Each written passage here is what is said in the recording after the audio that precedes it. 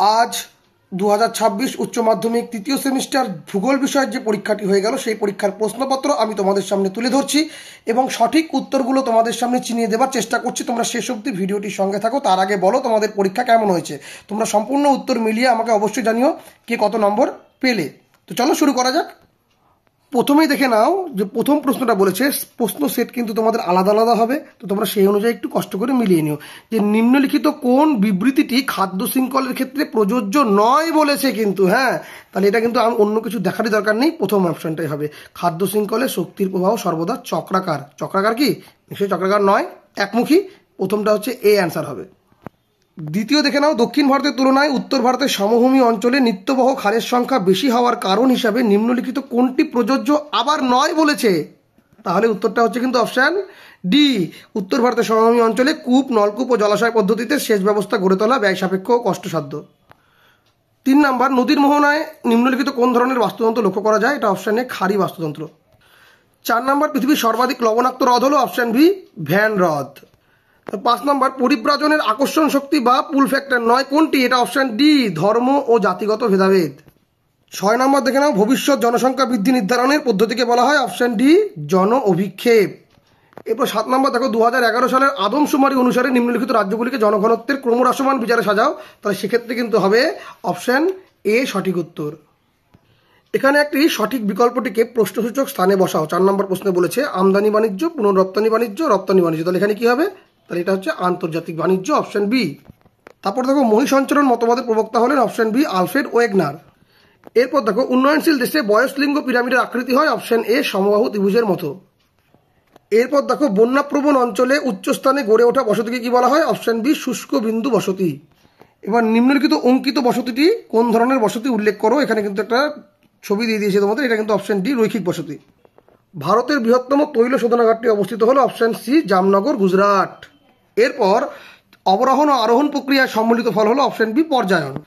এবার দেখো, নিম্নোক্ত প্ল্যাটফর্মগুলি নিম্নের কোন মাধ্যমটির সাথে সম্পর্কিত? তাহলে এটা অপশান বি ভিডিও কনফারেন্সিং।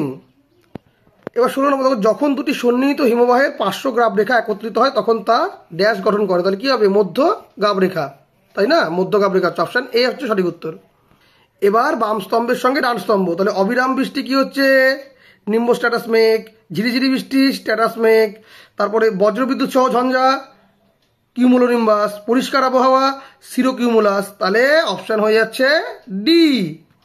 এবার দেখো, নিম্নে অঙ্কিত চিত্রটি চিহ্নিত অংশের প্রেক্ষিতে সঠিক বিকল্পটি নির্বাচন করো। তাহলে এটা অপশান হচ্ছে সি শীতল বায়ু, উষ্ণবায়ু, নাতিশীতোষ্ণ ঘূর্ণবাতজনিত বৃষ্টি। এবার এখানে দেখে নাও, নিম্নলিখিত কোন খনিজ সম্পত্তি মহীসোপান অঞ্চলের থেকে আহরিত হয়? এটা ফসফেটিক নোডিউলস। অপশান এ হলেও বাট আমার মনে হচ্ছে এটা অপশান বিটাই হচ্ছে সঠিক উত্তর হবে। তোমরা কি করেছো অবশ্যই কিন্তু জানাবে। আমার মনে হচ্ছে অপশান বিটা কিন্তু সঠিক উত্তর হওয়ার চান্স বেশি রয়েছে। তোমরা কি করেছো অবশ্যই জানাবে।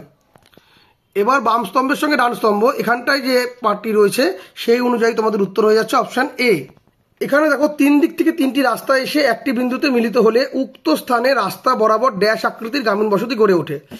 এটা সম্ভবত মনে হচ্ছে টি হবে, কারণ ওয়াইটা অনেকে করতে পারে, কিন্তু ওয়াই কিন্তু দুটা নদীর মাঝখানে জনবসতিকে বোঝায়। তো টি না ওয়াই, আমার টি মনে হচ্ছে। এটা টি উত্তরটাই হয়তো সঠিক হবে। তো তোমরা একটু আমাকে জানাবে। এবার 23 নম্বর দেখো, জলবিভাজিকার ব্যবস্থাপনার মূল লক্ষ্য কি? অপশান বি জলাশয়, মৃত্তিকা ও উদ্ভিদের সমন্বিত সংরক্ষণ। অপশান বি সঠিক উত্তর।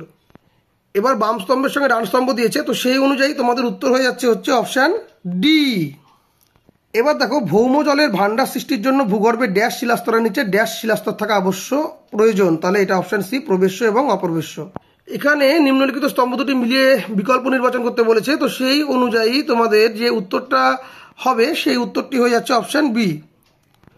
কাস্ট অঞ্চলে চুনাপাথরের অদ্রাব্য দ্রবণ কার্যে গঠিত লাল বর্ণের কদর্ম নিম্নলিখিত যে নামে পরিচিত তা হলো অপশান এ টেরারোজা। 28 বিবৃতিগুলি পরে সত্য মিথ্যা উল্লেখ করো। তো বিবৃতিগুলো পড়ে নাও, আমি পড়ছি না কারণ তাহলে সময়টা অনেকটা বেশি লাগবে, হাতে সময় অত্যন্ত সংকীর্ণ। তাহলে অপশান উত্তর হচ্ছে সি এখানটায়। এবার দেখো, নিরক্ষীয় বৃষ্টি অরণ্য অঞ্চলের অত্যধিক উষ্ণ আর্দ্র পরিবেশ বসবাসকারী অধিবাসী হলো বান্টু। অপশান এ হচ্ছে সঠিক উত্তর। স্থূল জন্মহার সিভিয়ার হলো, এটা দেখেই বোঝা যাচ্ছে, ইন্টু 1000 করা আছে। অপশান বি হচ্ছে সঠিক উত্তর। জনসংখ্যা বৃদ্ধির হার ড্যাশ মহাদেশে সর্বাধিক? আফ্রিকা অনেকে করতে পারে, কিন্তু অ্যাকচুয়ালি উত্তর কিন্তু এশিয়া হওয়ার সম্ভাবনা বেশি। এটা এশিয়া হবে। হ্যাঁ, ভারতে যে বন্দর মারফত জাপানে লৌহ আকরিক রপ্তানি করা হয় তা হলো অপশন এ বিশাখাপত্তনম। 33 নম্বর, জলবিভাজিকা অঞ্চল হলো একটি, অপশন সি হবে সঠিক উত্তর, ভৌগোলিক অঞ্চল কিন্তু, হ্যাঁ ভৌগোলিক এলাকাটা। তো এর পরবর্তী প্রশ্ন, ন্যাশনাল ডেয়ারি ডেভেলপমেন্ট বোর্ড গঠিত হয় ড্যাশ সালে, অপশন বি 1965। ভাকরা নাঙ্গাল পরিকল্পনার সাহায্যে ড্যাশ রাজ্যে জলসেচ করা হয়, অপশন সি পাঞ্জাব। তো এই ছিল তোমাদের প্রশ্নপত্র। তোমাদের কেমন প্রশ্ন লেগেছে এবং তোমরা কিরকম উত্তর করেছো আর তোমরা কত নম্বর পেতে পারো অবশ্যই কিন্তু কমেন্ট করে জানিও, কারণ তোমাদের এই কমেন্টের উপরেই আমরা কিন্তু অনেকটা আশা করে থাকি কে কত নম্বর পেলো। তোমরা অবশ্যই কিন্তু কমেন্ট করে জানিও কেমন। তোমাদের পরবর্তী পরীক্ষার জন্য শুভেচ্ছা জানিয়ে আজকের ভিডিও এখানেই শেষ করছি। ধন্যবাদ।